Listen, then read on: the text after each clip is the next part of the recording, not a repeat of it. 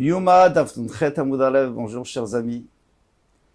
Eh bien, aujourd'hui nous allons prendre 8 lignes avant la fin du Hamoud précédent. C'est un nouveau sujet qu'on avait laissé pour aujourd'hui.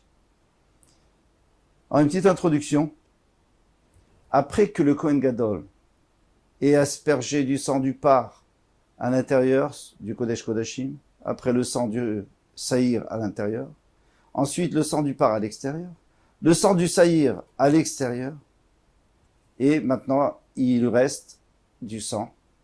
Il est écrit qu'il va le mélanger. Comme ça, il est écrit dans la Mishnah, Ira dam à part les torts d'Amasaïr. Donc il va verser le dam à part dans le sang du Saïr, donc il va tout mélanger, et après il va venir pour en mettre sur le misbeach à Zahav, en or. Le problème, c'est que le misbeach à Zahav, il y a deux choses à faire. Il y a d'abord verser sur les coins, et après verser sur le toit, le dessus. Alors, est-ce qu'il mélange entre les deux ou il mélange avant? Ici, il est écrit qu'il mélange avant, puisqu'il vient de terminer d'asperger à l'extérieur vers le parochet, et il mélange tout de suite. C'est-à-dire que lorsqu'il va arriver au misbeach, il va venir en arrière, il va venir au misbeach, eh bien, il aura déjà mélangé. Donc, c'est-à-dire que toute la avoda du misbeach, ça sera avec les deux mélangés. Il y en a qui vont dire que non, il faut d'abord mettre sur les coins et après mélanger et après verser dessus. Alors, Tana, mais en tout cas dans notre Mishnah, il y a écrit qu'il le fait tout de suite. Nab, donc notre Mishnah, Keman d'après qui? Keman d'Amar, comme celui qui dit, Mervin la karanot, qu'on doit mélanger avant de verser sur les coins. Dites-moi, parce qu'il a été dit de Rabbi Oshia. Alors, Rabbi Yonatan. Il y a une marloquette entre Rabbi Oshia et Rabbi Yonatan. On ne sait pas qui a dit quoi pour l'instant. Chadamar Mervin, il y en a un qui dit qu'on mélange avant de verser sur les coins. Chadamar Mervin, il y en a un qui dit qu'on ne mélange pas avant d'avoir versé sur les coins. Donc on verse chacun à part. Chaque sang à part. Si c'est de Rabbi Oshia ou d'Amar Mervin, a priori, c'est Rabbi Oshia qui a dit qu'on mélange avant. Pourquoi? D'Amar, parce qu'il a dit, d'autre part, dans tout le chasse, afin de gave, des lots, petit verdav, même quand il n'y a pas écrit qu'il faut mettre en même temps, puisqu'il y a écrit V, eh bien, c'est-à-dire qu'il faut les mettre en même temps. C'est comme si c'était écrit en même temps. Alors, puisqu'il y a écrit le dama à part et le dama saïr V, ça veut dire qu'il faut les mettre en même temps. Il faut les mélanger avant de verser pour pouvoir verser tout en même temps. Donc c'est Rabbi Oshia, ça. Tandis que Rabbi Yonatan lui dit non, si c'est pas écrit Yardav, si c'est pas écrit en même temps, c'est pas en même temps, donc chacun à part. Donc il faut verser d'abord du par et après du saïr.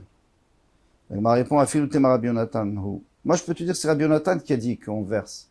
Parce que ça n'a pas de rapport avec leur problème de vav et pas vav. Shane achad dirtiv achat, ici il y a écrit achat. Il y a écrit achat bashana, une fois par an, on va faire ce travail. Alors, le pshat pachout, ça veut dire une fois, ça veut dire Yom Kippour. Mais le drash, il veut dire qu'une seule fois, il faut verser. Sur les 4 coins, oui, mais une seule fois. C'est-à-dire, tu peux pas faire le par, tu peux pas laisser séparer le dama par et le dama saïr, parce qu'à ce moment-là, tu vas faire 2 fois le travail.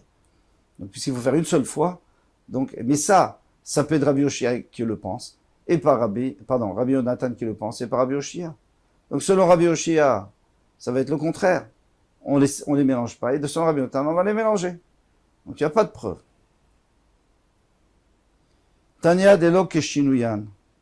Mais en vérité, une braïta qui dit pas comme tu as essayé de répondre. Elle dit que c'est Rabbi Oshia l'auteur. Pourquoi? Velakar midama par ou midama saïr. Il faut prendre du dama par et du dama saïr. Puisqu'il y a un vaf, shium ou ravim. Ils doivent être mélangés, dit Rabbi Oshia, selon les paroles de Rabbi Oshia. Rabbi Yonatan Omer, non. Misé bifnatzmo, misé bifnatzmo, chacun à part. Amalo Rabbi Oshia, il lui a dit, il a argumenté, vers le kvarnema achat, mais il y a le mot achat, c'est-à-dire achat, c'est-à-dire que, une seule fois, si tu viens avec les deux à part, donc ça te fait 2 fois. Amalo Rabbi Oshia lui a répondu, vers le kvarnema achat, pardon. Amalo Rabbi Yonatan lui a répondu, vers le kvarnema midama par ou midama saïr, mais il y a écrit du dama par. Et du dama saïr, c'est-à-dire 2 fois, parce que moi, vav, ça veut pas dire en même temps, ça veut dire, vav, ça veut dire séparé. L'un et l'autre. Alors, qu'est-ce que je vais faire avec le mot achat? Je vais apprendre autre chose. L'omar lach, achat velo shtaim. Achad velo shtayim midam apar. Une fois, c'est-à-dire il faut verser une fois sur les 4 coins du dam apar. Velo shtayim, mais pas 2 fois. Achad velo shtayim midam asayir. La même chose du dam asayir, une fois et pas 2 fois. Pourquoi on ferait 2 fois? Tout simplement parce que comme il faut verser sur les 4 coins, si ça se renverse au milieu, on a fait, disons, déjà 2 coins, et il nous manque les 2 autres coins. Donc il faut refaire la shrita, récupérer du sang. Est-ce qu'il faut continuer les 2 derniers coins, ou il faut revenir au premier coin pour commencer depuis le début? Alors il te dit non, echad velo shtayim, il faut pas revenir. Il faut continuer là où tu t'es arrêté. Tanaïdak. Maintenant on a une autre braïta, qui va toujours dans le même sens, pour nous dire que c'est Rabbi Yoshia, l'auteur de toutes du mélange, celui qui dit qu'il faut mélanger avant de verser sur les coins. Mais la karmidalma par il prendra du sang du par et du sang du saïr. Il faut qu'il soit mélangé pour pouvoir verser. Ataomer est-ce que tu penses vraiment qu'il faut qu'il soit mélangé? Peut-être chacun à part. Et ça va d'après Rabbi Yoshia. Pourquoi? Parce que c'est lui l'auteur du mot, d'abord de achat, et c'est aussi lui l'auteur du fait que chaque fois qu'il y a écrit V, c'est mélangé. Nathan et Tamale Barikan. On continue. Une fois qu'il a mélangé, donc il a pris du namapar, il a versé dans le damasayr, donc mais il a un seul aspersoir. Maintenant, ce récipient, il doit le mettre dans le vide. Alors on va essayer de comprendre. Ba'amine Rabbi Bachama. Comment il fait ça? Rabbi Bachama a posé la question, mais Rafriza son maître, il y a Mizrak Betor Mizrak. Un Kohen, pas seulement ce jour-là, toute l'année, il a pris 2 Mizrakim, il a pris 2 aspersoirs et il a réceptionné le sang dans 2. Alors il peut avoir un problème. Pourquoi? Parce que le Kohen, il doit prendre avec sa main, il ne faut pas qu'il y ait Khatsitsa. Même s'il a un pansement, c'est un problème.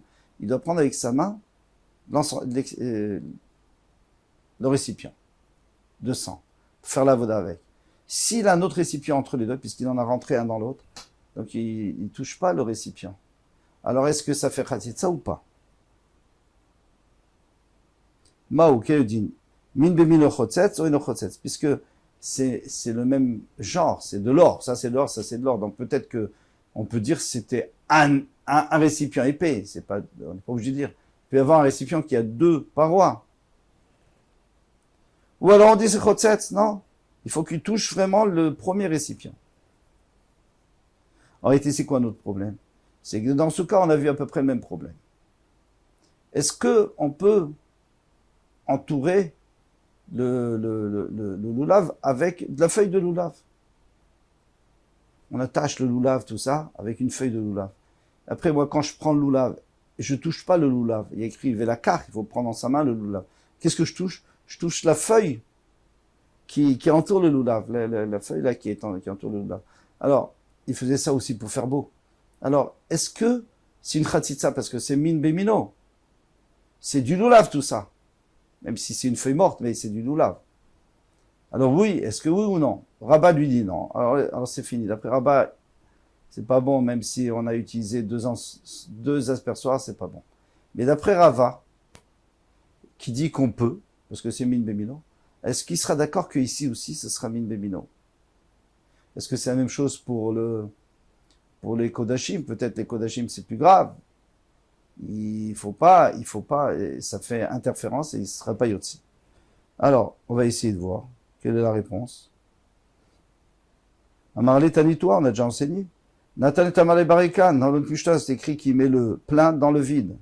Maïla Voshi Mizrak, Malé Letor Mizrak, n'est-ce pas qu'une fois qu'il a vidé celui du par dans celui du Seir, il prend celui du Seir et il le pose à l'intérieur du par. Donc maintenant il en a 2 et on voit qu'on peut faire la avoda avec 2. Non, mais non, tu n'as pas compris, c'est pas ça. Ira Mizrak Malé, Letor Mizrak Rekan. Il verse celui qui est plein dans le vide. Attends, les Récha, mais ça on a déjà enseigné. Iradam a parlé Tordamasay. On a déjà dit qu'il a versé le sang du par dans le sang du Seir. Ça, on sait ça. Après, il a besoin de reverser. Kedé l'arvan yafé. C'est pour les mélanger. Bon, bien les mélanger. Parce que c'est 2 sangs qui n'ont pas la même consistance. Le par et le saïr. Donc, pour qu'ils soient bien mélangés, D'abord, on a mis l'un dans l'autre, après on reverse. Mais après, on utilise un seul. Tashma, viens, écoute. Alors, maintenant, on va essayer de solutionner ce problème qui nous concerne pas tellement, de celui qui aurait pris 2 Mizrakim. On pensait que ça avait un rapport avec nous, mais ça n'a pas de rapport. 2 aspersoirs, et il les a mis l'un dans l'autre. Il fait sa voda avec. Ayomed al-Gabé Keli. Si quelqu'un se tient sur un Keli, dans le Beth Amidash, vous savez que le Kohen, quand il fait sa voda, il est obligé d'avoir les pieds au sol, qui touchent le sol. Si, même des chaussettes, il peut pas mettre des chaussures, c'est sûr que non.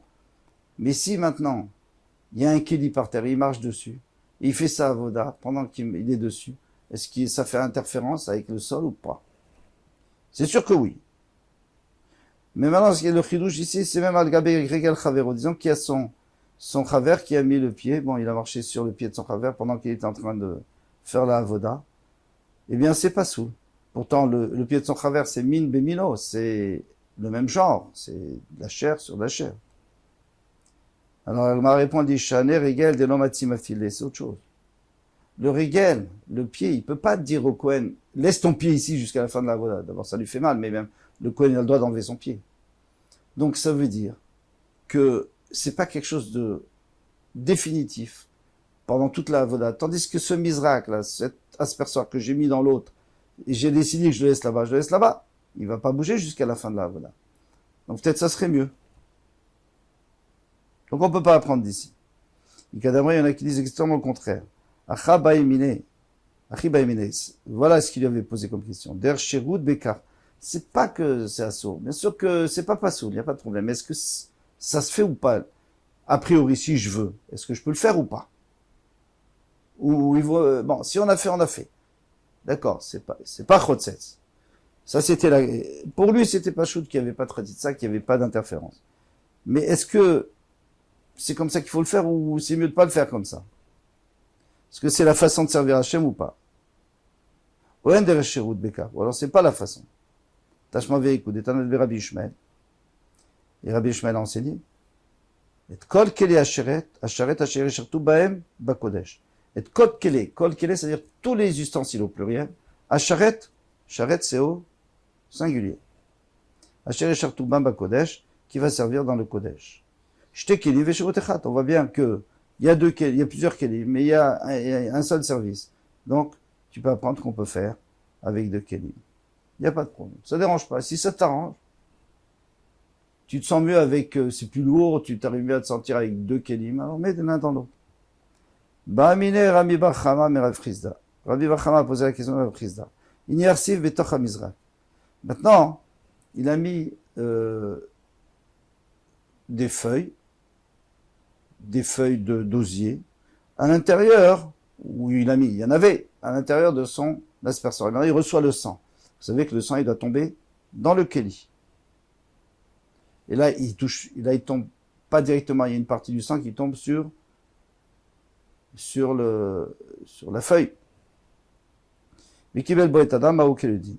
Min besheno mino chotzetz. Bien sûr, c'est chotzetz, parce que c'est pas de l'or, tout ça. C'est de l'osier. Donc, ça fait une chatzitza. Il n'a pas reçu dans le klisharet. Il va recevoir dans le klisharet, qui est kadosh. Ou eno chotzetz, ou peut-être tu peux dire que ça fait pas de chatzitza. Pourquoi? Qui va demechalchel lochaitz, puisque cet osier, il est poreux. Donc, le sang touche, il traverse et il touche la paroi. Ou peut-être que non. Et c'est pas grave. Il faut que ça aille directement sur l'or qui est à l'intérieur. Amarle, il lui a dit, Tanina, on a enseigné déjà. Zolev veoler achemagal isfog. Alors, on sait que pour la paradoma, on fait bouillir la paradoma, on prend la cendre, on la jette dans un ustensile qui est rempli d'eau de source. Donc on prend de l'eau de source, on met un récipient sous l'eau de source, il se remplit, je mets dessus la poussière ou la cendre de paradoma, je mélange et j'asperge celui qui est tamé. Donc qu'est-ce qui se passe si dans cette choquette, c'est-à-dire il y avait un genre de réservoir, et ce réservoir il s'est rempli d'eau de source, alors je peux très bien l'utiliser comme, il n'y a pas de problème, c'est dans un keli, donc je peux très bien verser l'eau d'avachrousse dessus, et en faire de l'eau de paradoma et rendre tahor les gens. Le problème, c'est qu'à l'intérieur, il y avait une éponge. Alors, est-ce que l'éponge fait interférence?